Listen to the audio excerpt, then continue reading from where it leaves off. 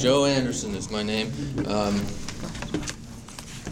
usually not nervous in front of crowds, but I've still fainted, so that's kind of funny. My body gets nervous, so let's hope. But anyway, as she said, well, I'll get to that. But I tell you what my Facebook page says, as far as political affiliation or whatever. Bipartisan, mercenary, SOB, and slightly anti-pinko commie. But I'm so free market that I want open immigration so that Poncho can mow my lawn and Fred the union worker can get a real job.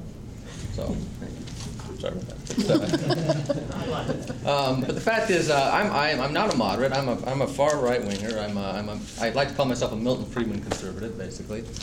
But like any self-respecting conservative or even maybe a self-respecting Republican, I'm pretty disappointed in the Republican Party these days.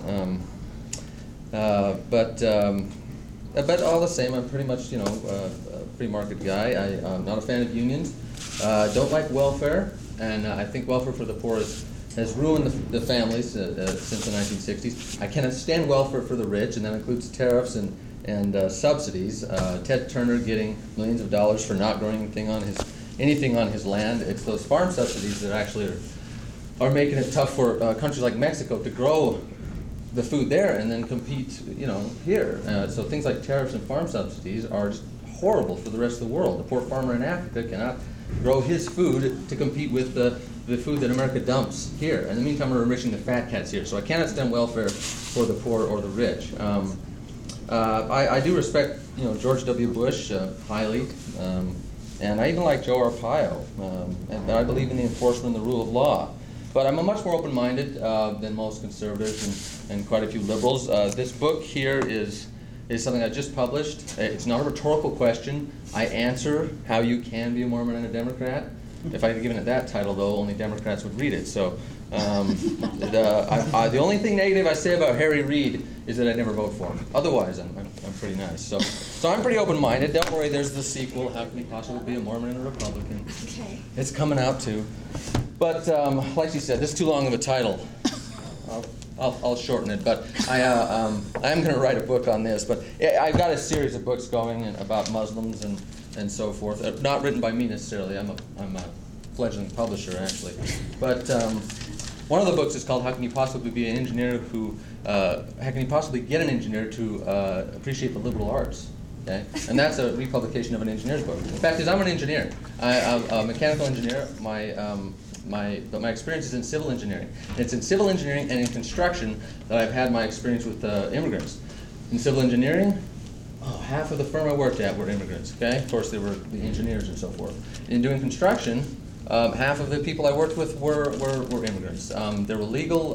Most of them were Hispanics, either Hispanics or Mormon return missionaries. But half of the Hispanics were totally legal and extremely hardworking, and some were illegal, and I found out later, but unbelievable hardworking folks. And I've got one guy who's a friend, or a worker, who his wife's legal, but in '96 they changed the laws. He's married to her. She's a citizen.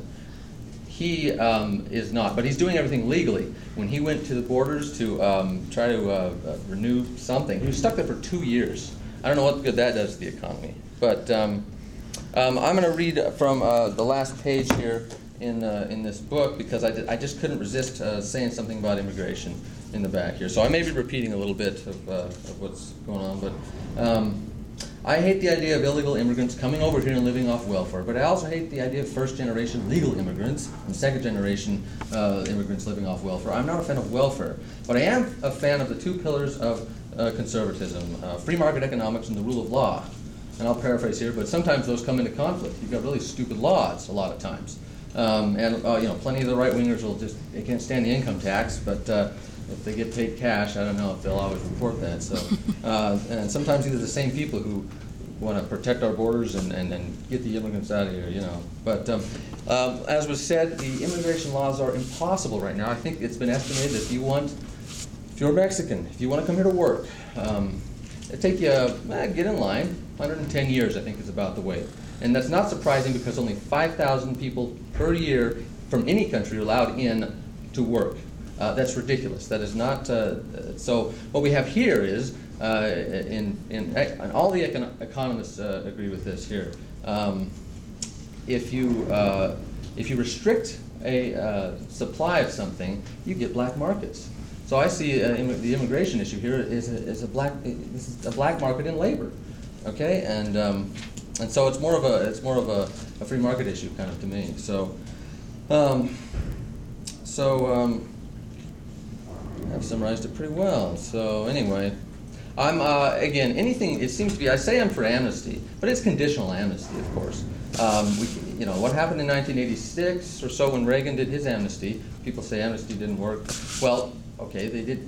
They gave amnesty, but they didn't do anything to fix the problem, which was immigrants wanted to come over here and work. People wanted to hire them, and yet they were restricting things. And this happened. This wasn't a problem before the 1960s when the Bracero program was, the unions ended up closing that down. But from World War II to the 1960s, we had immigrants able to come over here. It was basically a guest worker program. No problem. No illegal immigration. Free movement of labor. Yes, free movement of labor across the borders. But when the Bracero program was cut off, that made, I don't know, 1 million people criminals overnight.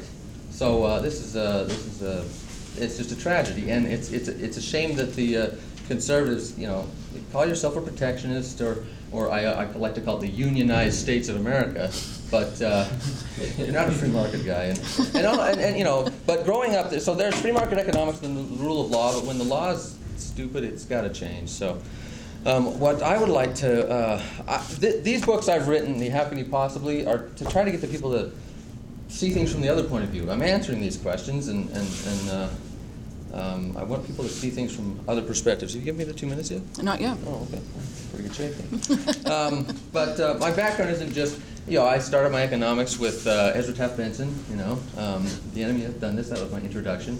But having argued the Democrat side in this book, I've discovered that the average economist is a moderate Democrat. So I've learned some stuff by looking at it from the other point of view, and I think that people should adopt that.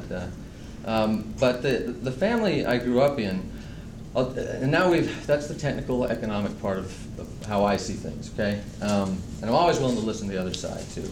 But I got to tell you that I was raised in a family that was very fortunate.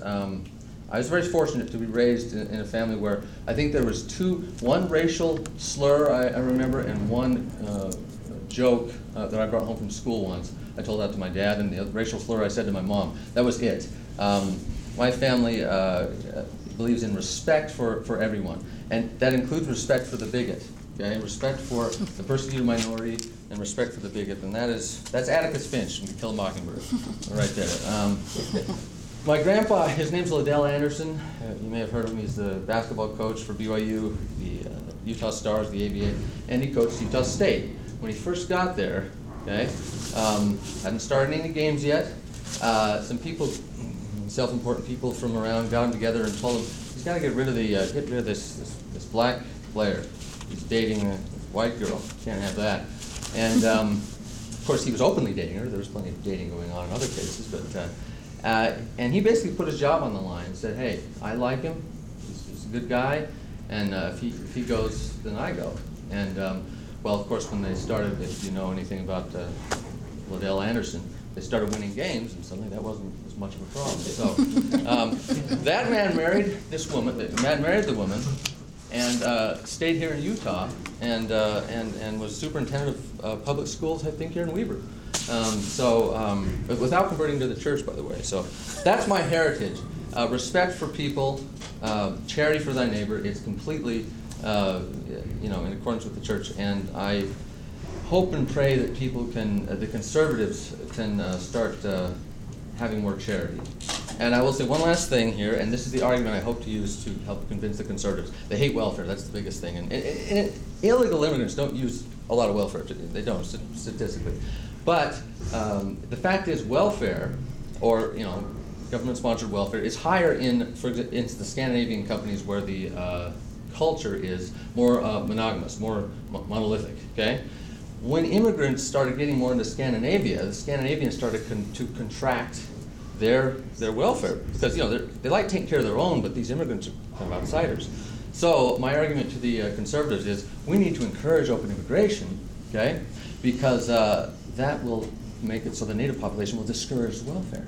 Okay, so, and that's from Brian Kaplan. He's an economist. I thought that's a great idea. That's a good point. So I'm hoping to help turn the tide of the conservative movement somehow. This book will appeal to them, so just because of the title, maybe that'll help. But anyway, that's my position. So appreciate your time. So.